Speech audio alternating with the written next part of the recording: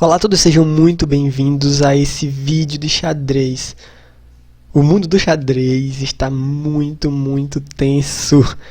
No último dia 25, alguns dias atrás, aconteceu o round número 7 da Sinquefield Cup 2018, torneio que reúne grandes nomes do xadrez mundial, entre eles Fabiano Caruana e Magnus Carlsen, desafiante e atual campeão mundial, respectivamente, que vão disputar o título mundial em novembro desse ano. Até lá, muitas expectativas, várias apostas, porém, enquanto isso, hoje, ou seja, nesse jogo, no dia 25, eles se enfrentariam pela última vez, provavelmente até o torneio em novembro. E aí o Carlsen de brancas tinha a oportunidade de, quem sabe, dar uma disparada baixar um pouco a diferença de rating, porque de acordo com o site que mede o rating ao vivo, as variações de rating ao vivo, o Carlsen tem 2.834 pontos e o Caruana 2.827, ou seja, é uma diferença muito pequena, apenas 7 pontos de diferença, ou seja, o Caruana, com a possível vitória de negras, poderia até, quem sabe, ficar na frente do Carlsen até o Mundial, quem sabe, se eles não disputassem nenhum outro torneio. Porém, vamos ver como foi que o jogo seguiu. Já era uma atmosfera tensa, o Carlsen já querendo, bastante criticado, a galera colocando bastante também pressão no Caruana, porque o Caruana estava liderando o torneio até então, tinha vencido o round número 6, uma vitória no caiaque, deu uma disparada em cima da galera, vencendo em casa, já que a Sinquefield fica nos Estados Unidos. Vamos lá. Carlsen deu início à partida com E4. Tudo isso é muito importante para que você entenda a dinâmica do jogo, que vai desempenhar um papel fundamental. Cavalo F3, cavalo F6. O Caruana vem com sua preparação padrão, que é de fato a defesa Petrov. Já mostrou várias vezes que está bem preparado, uma de suas armas. O Carlsen jogou cavalo toma E5 e depois dos lances cavalo toma E4, cavalo C3, essa é uma decisão bastante prática do Magnus Carlsen, leva um jogo bem tranquilo. Depois das trocas de cavalo, as brancas começam a abrir o desenvolvimento, não necessariamente deixar o bispo em F4, mas quem sabe aqui abrem o desenvolvimento muito fácil para os seus bispos. De fato é o que acontece na partida, Depois disso, dama D2 e um roque na ala do rei são as ideias principais. Bispo E7, temos bispo E3, cavalo C6 desenvolvendo, bispo C4, roque pequeno, dama D2, bispo F5, ambos os jogadores vão desenvolvendo suas peças nas casas mais naturais, roque grande, dama D7, conectando torres, rei B1, torre de F E8, aproveitando a coluna aberta, e aí H4. Nesse ponto, é aqui onde a galera simplesmente acaba seu desenvolvimento e cada um começa agora com seus planos estratégicos. O plano das brancas é muito simples, usar a sua maioria de peões, e simplesmente avançar com eles. Já as negras têm um dilema, o que é que elas vão fazer? Até onde elas vão deixar os peões brancos avançarem e serem perigosos? Tem aí um verdadeiro dilema nas mãos. O Caruana decide jogar a moda antiga, bastante conservador, e joga bispo F8. Não é um lance ruim, mantém ali o bispo numa casa muito boa de defesa. Ok, as brancas continuam mantendo pressão com H5, e aqui as negras decidem que o peão já foi longe demais e jogam H6. Entretanto, esse é aquele típico lance que abre possibilidades mais para frente, claro, para um possível avanço G4, G5, G4, e quem sabe também até um G5 mais para frente, A estratégia das brancas vai ser justamente tentar tornar esse avanço do peão G possível. Temos bispo E2, certo? É um lance bem interessante, bem divertido até voltar o bispo, mas você vai logo notar. Temos bispo G4, cavalo H2, propondo a troca de bispos, que de fato acontece. O cavalo não fica tão bem aqui nessa casa H2, porque as negras seguem com o cavalo E5, e agora é o cavalo negro que está de fato numa excelente posição. Contudo, o jogo vai continuando. Nessa posição, as brancas jogaram bispo C1, que também é um lance interessante, Deixa o bispo geralmente fica bom nessa casa, dependendo do caso. Mas eu queria chamar sua atenção rápido, não aconteceu no jogo isso, mas G4 nesse caso, você pensa, Renan, de repente elas podem avançar o peão G4 agora, Não é a hora certa ainda, tá? Por quê? Porque as negras conseguem contra-jogo com o lance dama C6. E aí, se as brancas ainda insistem em avançar o peão, por exemplo, com G5, cavalo C4 agora traz problemas, né? E se as brancas ainda forem mais... as negras aqui já tem um contra-jogo, a ideia é jogar o lance dama B5 com ideias de mate aqui. E aí, se acontece algo do tipo, sei lá, peão toma em H6, as negras estão vencendo, na verdade, com o lance dama B5.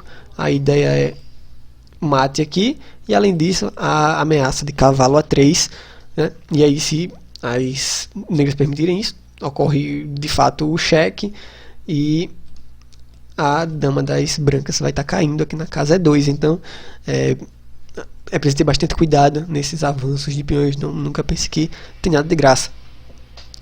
Bispo C1 é de fato o lance que o Carlsen elege como o melhor. Dama C6 continua do mesmo jeito, e aqui as brancas decidem jogar com F4, expulsando o cavalo daí. Ok, o cavalo vai para C4. Agora as brancas não podem deixar, claro, nem é possível, na verdade, né? Não adianta o lance mais dama B5 com ideias de mate em B2, porque o bispo está defendendo. Então, seguiu dama D3, bem tranquilo. As negras propõem a troca de dama com dama E4, e o Carlsen não se importa necessariamente de trocar sua dama agora e joga G4, continua com o seu plano de atacar de fato na ala do rei.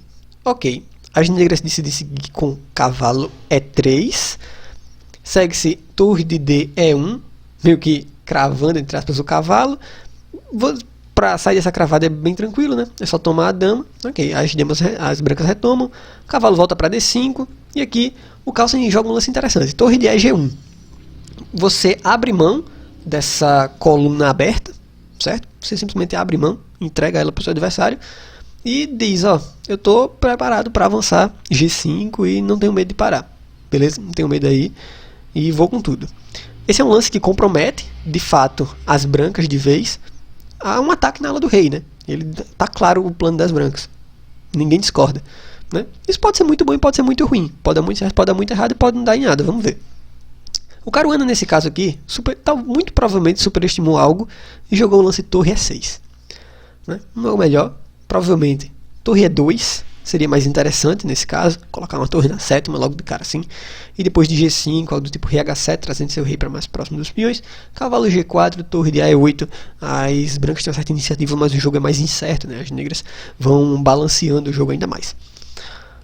Torre de E1, torre E6 foi o que de fato seguiu. Provavelmente para tentar controlar algumas dessas casas, que podem vir a ser casas chaves, mas não adianta muito. G5, temos cavalo E7 nesse caso, né? De novo, com ideias de defesa de casa, né? Ok, peão toma em H6, torre toma em H6. A posição das brancas é de fato muito boa, tá?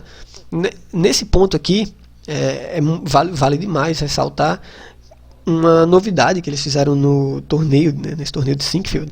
Eles abriram uma salinha, né, toda vedada e tal, que os jogadores podem ir lá a qualquer momento do round e expor seus pensamentos, né, conversar sobre a posição, o que, é que eles estão achando.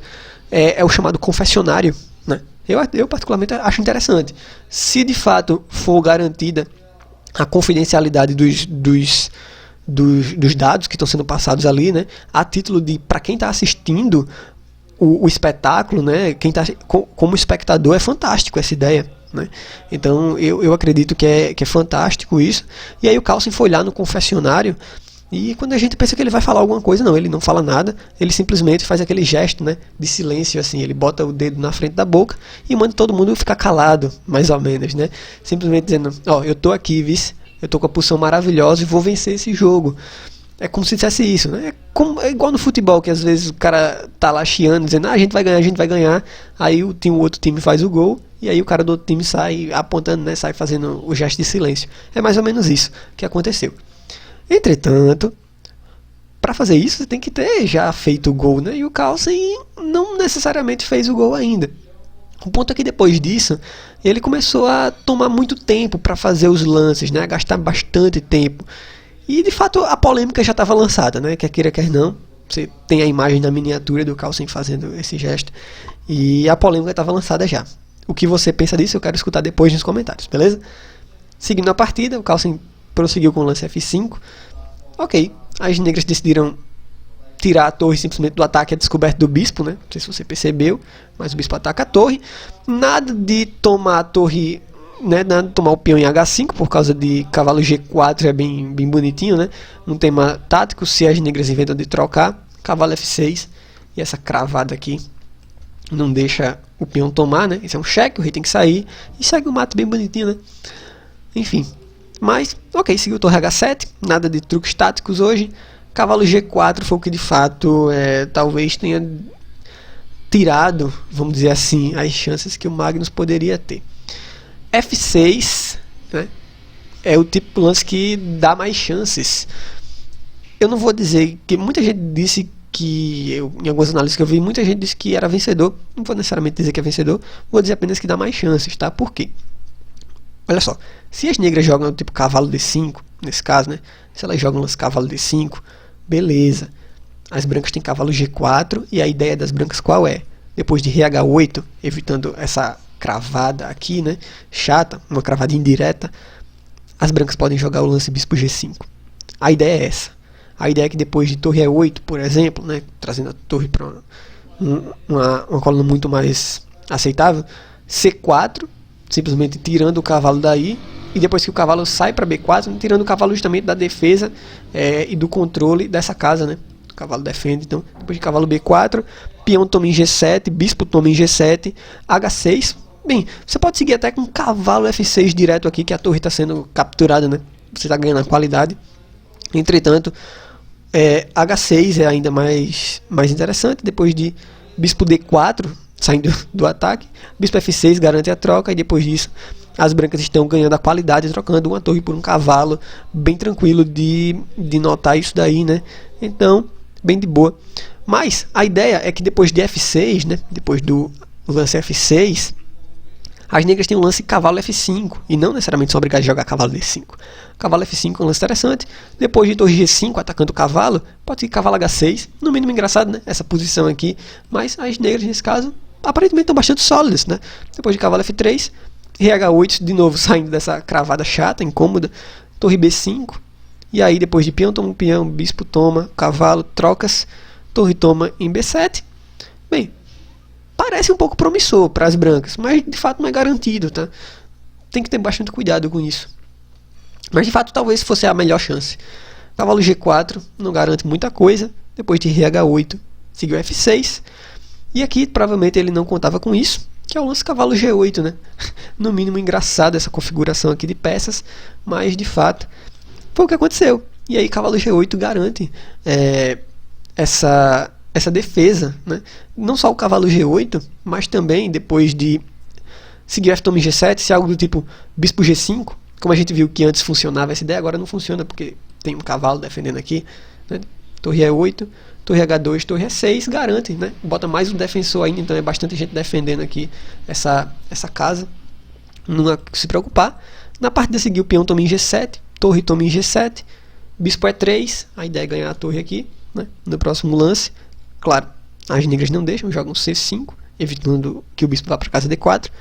Seguiu o bispo F4, mesmo assim, não adianta muito, torre E8.